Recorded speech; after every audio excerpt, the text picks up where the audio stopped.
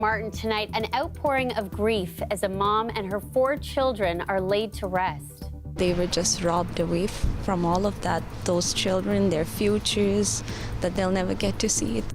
They were killed along with a family friend 2 weeks ago in their own home, how they're being remembered, and the latest on the investigation. Plus, I couldn't believe it. I was shocked. a massive fire destroys a Toronto Island's landmark. Thankfully, no one was hurt, but a cherished community space is gone. And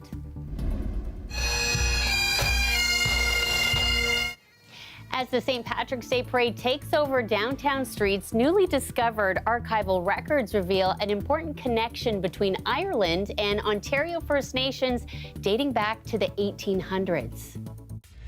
This is CBC Late Night News.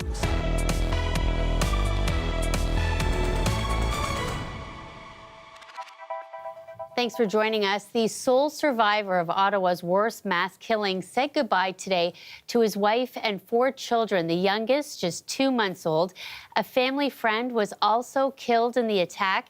JP Tasker was at the service. He has our top story tonight. Danushka Wickramasinghe is grief-stricken. One after another, his wife, 4 children, and a family friend mourned at a funeral. The 6 were killed in a brutal attack inside the family's home, Ottawa's deadliest mass killing. In the days since March 6, we have experienced an overwhelming grief. Just released from the hospital, his own injuries from that night still visible. Not ready to speak publicly, but saying in a statement, "I am devastated and torn by the loss of my beloved wife, Darshini, and my beautiful angels, Anuka, Ranaya, Ashvini, and Kelly, and my dear friend, Gamini." The close-knit Sri Lankan community rallied around him as he said his final goodbye. I'm standing right in front of the hearses here, and it made it very, very real. It's so sad. The senseless violence has left residents of this suburb traumatized. Can't believe something like this can ever happen to anyone, especially to 4 kids. And like a whole family ripped apart, another family ripped apart. Deep breath in, release the breath, and relax. Buddhist monks consoled the 300 mourners who packed into a conference center for the ceremony. Gamini Amarakun recently moved to Canada. A heartbreaking tribute from his 11-year-old daughter as Sherry was played. And just look over us and take care of us. And we're sorry that we weren't there when you needed it. A child should not have to go through that kind of a situation, a trauma, especially something like this. The alleged suspect, 19-year-old Fabio Dazoiza, is behind bars, facing 6 first-degree murder charges. Police haven't described a motive, offering only condolences. We share their grief, and you can see that they're hurting, and they're going to be hurting for a while. For now, they can only offer promises of justice for heartbroken families here and in Sri Lanka. JP Tasker, CBC News, Ottawa. To Regent Park next, where members of the Congolese community gathered for a vigil this weekend in honor of a father and son killed in a shooting earlier this week. I lost my brother, as you guys know. Let me tell you about my brother. He was very ambitious, greatest heart. My dad, he was a very, very strong man, a man that was always there for anyone that needed help. He had the biggest heart. Officers were called to the area on Tuesday. They found 3 people suffering from gunshot wounds. A man was pronounced dead at the scene. A second man died in hospital. Now, family members have identified them as 59-year-old John Ngoyi Kungalo and his 25-year-old son, Denzel Didier Kungalo. The third victim, a woman, survived. Family members say the deceased victims are the accused father and brother. The injured woman is the alleged shooter's mother. A 23-year-old man has been charged with 2 counts of first-degree murder. Members of the community lit candles and placed flowers for the family.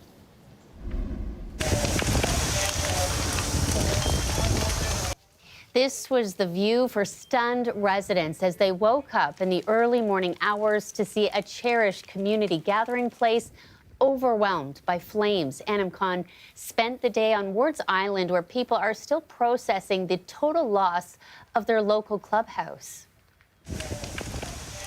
In just minutes, destruction of a nearly century-old community fixture. It's like losing a person. Residents of Wards Island in disbelief after seeing their local clubhouse reduced to rubble. Toronto's fire chief says crews were notified at 2:20 a.m. Sunday morning. As you know, there is a fully staffed fire station here on the island. That truck and crew were here in under 5 minutes. And when they arrived, the building was fully engulfed.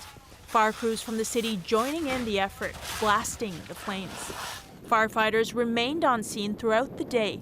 Thankfully, no one was hurt. The cause is still under investigation. The president of the clubhouse still can't believe the news. I got a call this morning, which felt like April Fool's, right? When someone says the WI burned down, it's like, no. Seeing the collapsed building, burnt debris, and pieces of wood scattered all over, it's a gut-wrenching loss for residents who've lived here for decades. Well, I went to dances here when I was a little kid. Did the bunny hop here.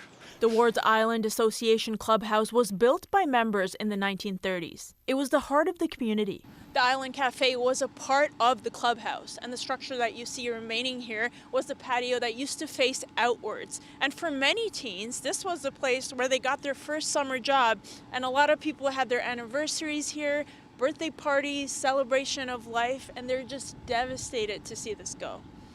Unbelievable. There's just nothing left. Nothing got saved because we didn't know the fire was happening until it had taken hold. Toronto's mayor came to see the devastation firsthand. The whole historic place burned down is tremendously sad. So I'm coming here to be with the local residents. And Islanders are not losing hope. We will rebuild. This clubhouse will be back.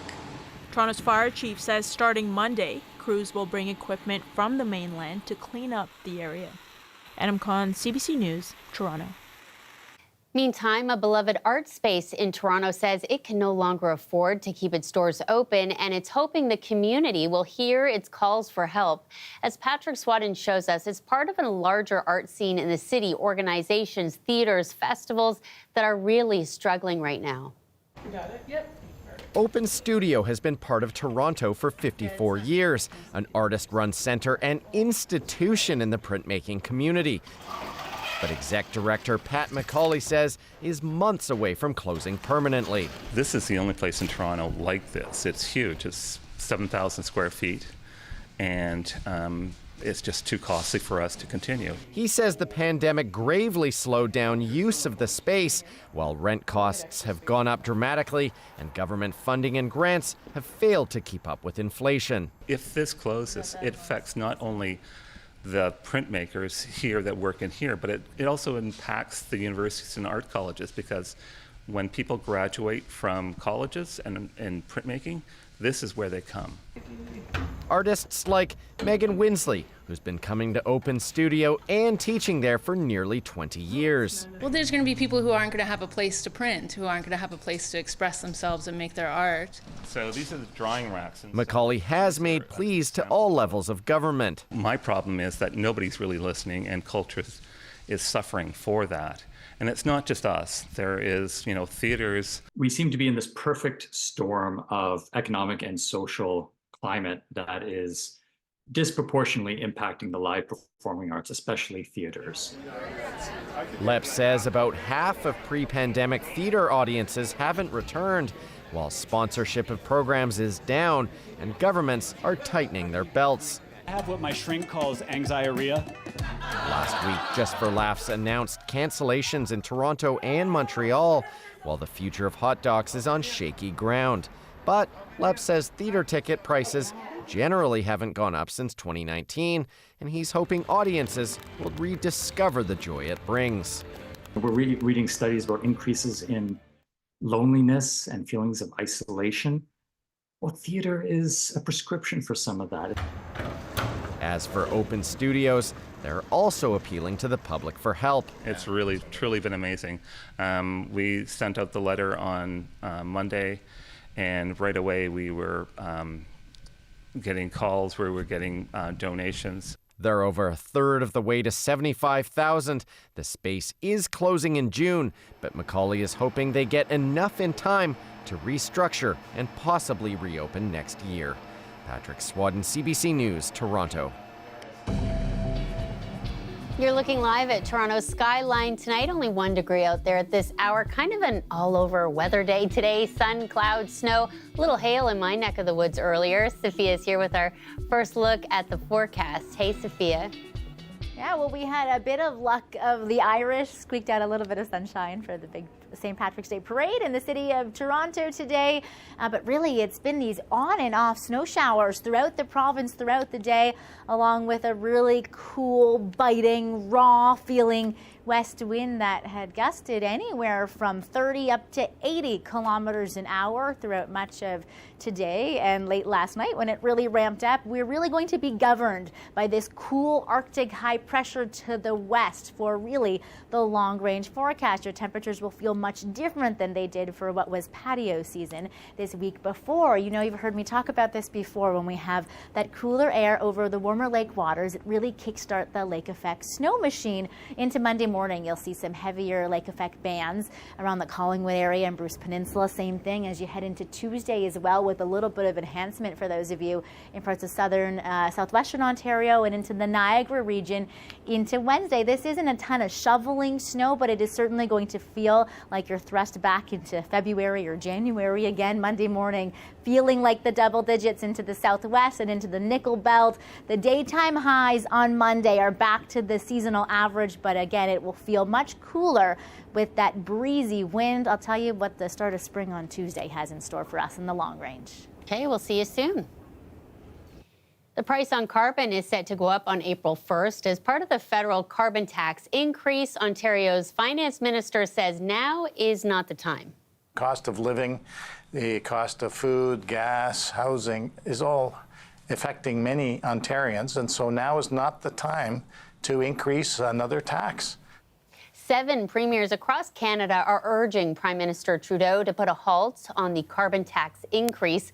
90% of government revenues from the carbon tax are returned through a rebate program.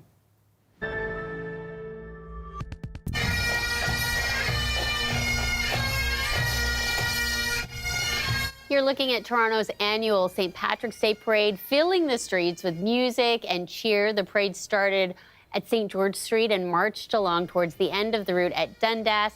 There was a variety of first responders taking part, along with Mayor Olivia Chow and some cute furry friends. Guess who turned up as well? Batman cruising along in the Batmobile, all part of the fun today.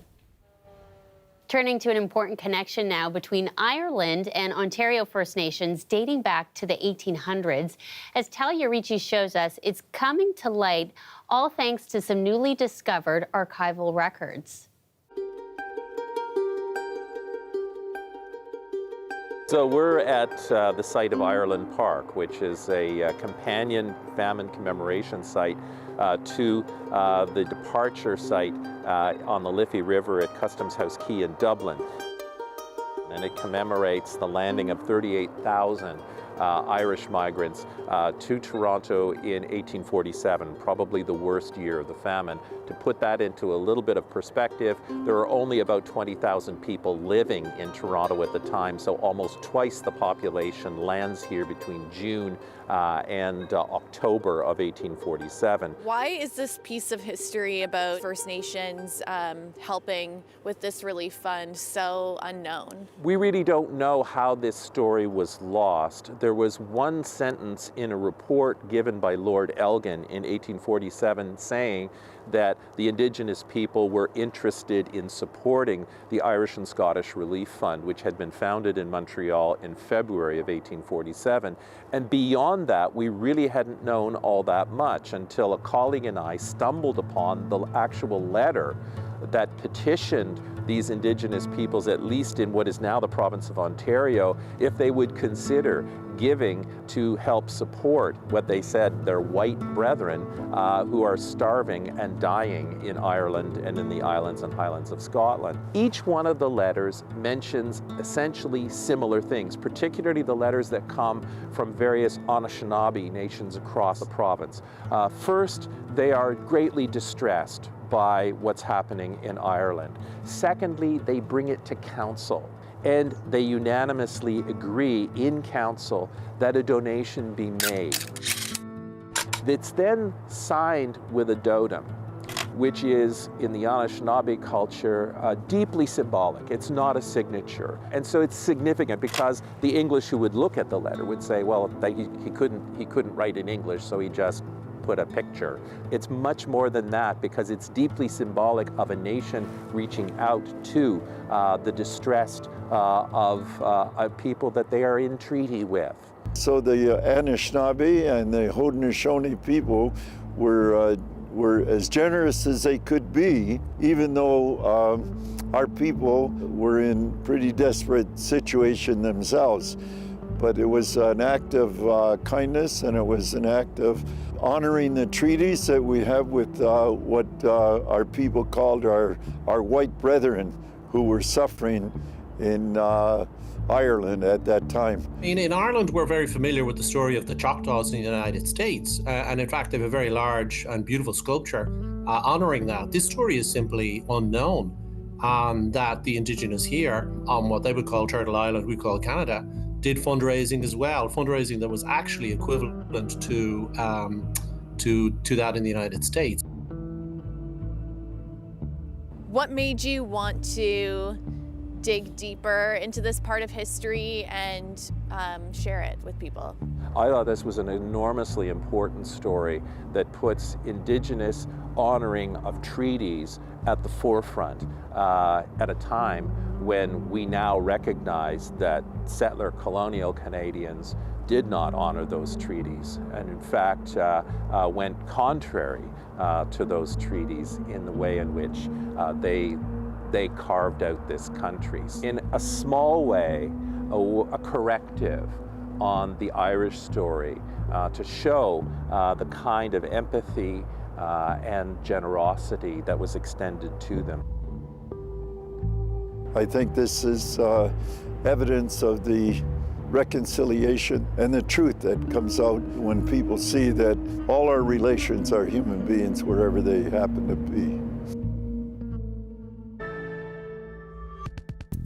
The Professional Women's Hockey League has scored yet another record for crowd attendance, this time in the U.S. Boston defeated Ottawa 2-1 yesterday in a shootout in front of 13,736 fans.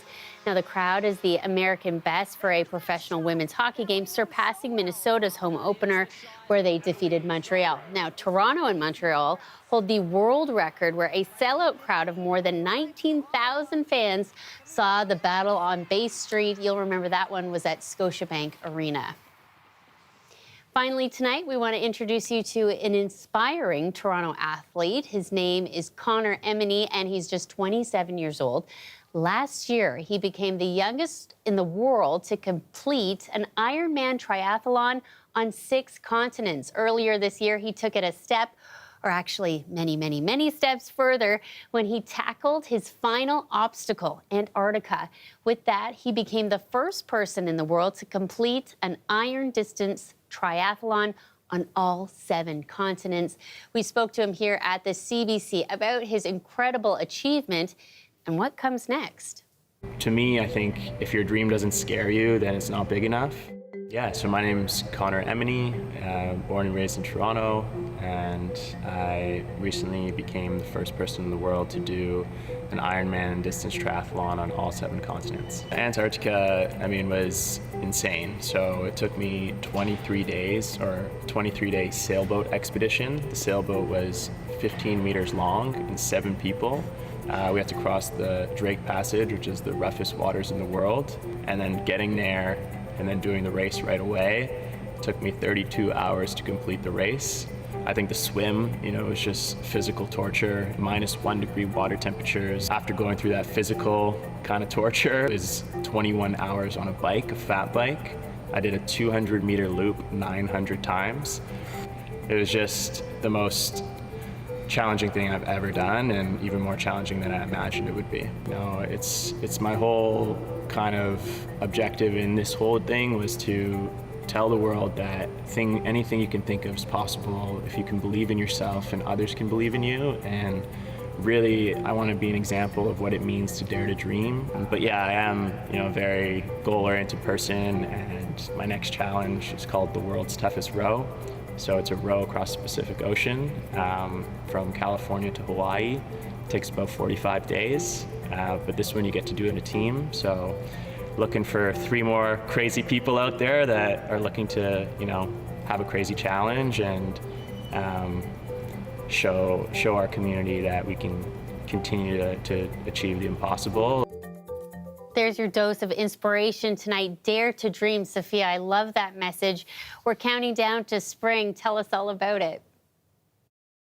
Shannon, thank you. Yes, we alluded to the big day earlier, first day of spring. Spring equinox on Tuesday, long daylight hours, all that good stuff coming up along with allergy season and pothole season. But really, we have been treated to spring-like weather for the first half of March. It was the warmest first half of March since 2012. We had an average daytime high of 11 degrees from the 1st to the 15th of this month. It was really much like the mild winter that we have had. Let's look back on some of the highlights. We've really only had this winter about 16% coverage over the Great Lakes. We hit at 20 at the end of February.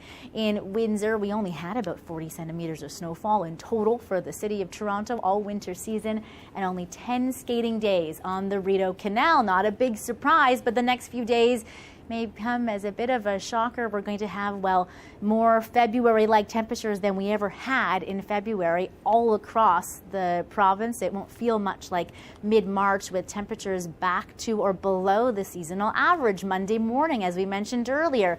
Feeling like the double digits into the southwest and into the Nickel Belt. We're back to seasonal for Monday afternoon, but that cool west wind and bursts of snow continue. And then the first day of spring on Tuesday, temperatures are anywhere from 5 to 10 degrees below the seasonal average. Your daytime high in the northeast is in the minus double digits, and the trend continues for the long-range forecast, barely even getting above the freezing mark as we head into the latter half of this week. All across the province, I guess you can say we're enjoying winter's last stand as we head into the second half of March. Shannon? Yeah, we're due for it. Thanks, Sophia. That's our show for you tonight. Thanks for watching. We leave you now with some sights and sounds from the St. Patrick's Day Parade. We hope you have a great night, a great week, and we'll see you next weekend.